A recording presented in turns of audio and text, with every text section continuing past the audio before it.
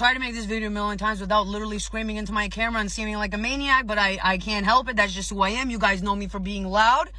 And there's one thing I'll never fucking be is loud and wrong. And I'll always stand up for what's right. And yes, I've only learned about this in the past month, October 7th. And you know what? I'm glad that fucking Israelis cry that much because it reached my ears too. They want to sit there and fucking cry and do a smear campaign on Palestinians and want to act like they want to chalk up 75 years into one fucking day. Jesus Christ.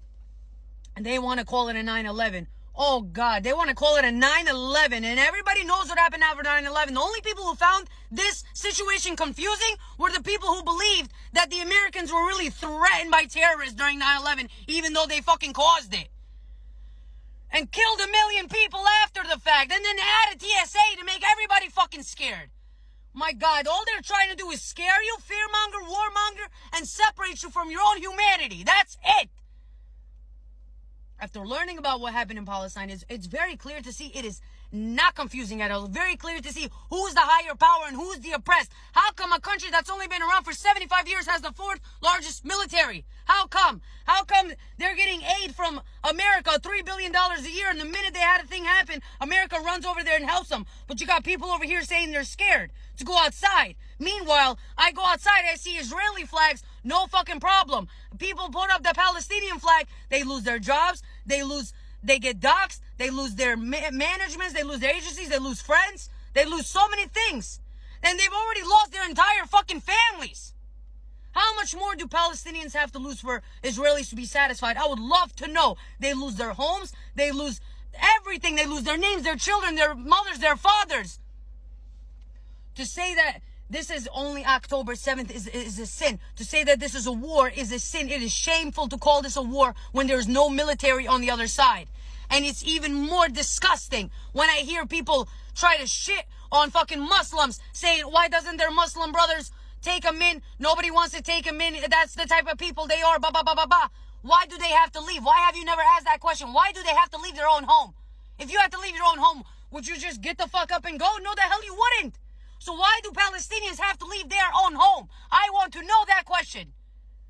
And if you want to sit there and condemn Hamas and make it seem like terrorist, I hate this fucking word terrorist. I can't stand this word because it's only used on Muslims. I haven't heard that word terrorist used from any other freaking nation, color, or religion. Only Muslims get the word terrorist. Why? Why do you not question these things when you read them? And all the propaganda coming from Israel. Them calling it a 9/11 was the biggest red flag. The minute I seen that, I said, oh, word, I already know what the fuck is going on over there. But I wanted to make sure I was educated before I made a video. Because when I start talking, I start fucking screaming. I start going fucking crazy. Real life, because I don't stand for this shit. I'm pro-Palestine till it's backwards. My heart is in Palestine. You see these people dying. You see these people losing their bloodlines. You see the long list of names. You see the babies dead. You see children holding dead children. You see children losing limbs. You see fathers holding fathers are dying. Mothers are dying. Grandparents are outliving the freaking rest of their own generation. There's a second Nakba happening right now. And you're telling me that you're sitting here and telling me that you could stand with a country that's doing that to someone else. And they're not just doing it to the Palestinians. They're sending aid to Azerbaijan to do it to Armenians too.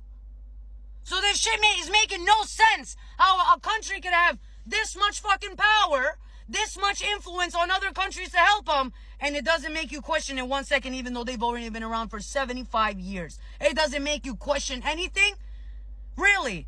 You're not seeing the same coin on both sides? Or president right now supporting a genocide?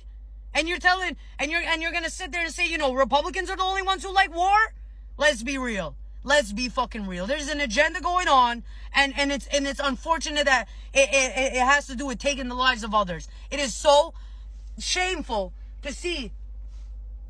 And the hate that I've been seeing, and to say it's only happening overseas, and Islamophobia is on the rise over here. And sure, anti-Semitism is also on the rise. But the thing is, those Zionists, they're protected by our law. It's systematic protection. So when you know about systematics, you know who's really fucking being protected. You know who's really fucking oppressed. Think about it. Really think about it.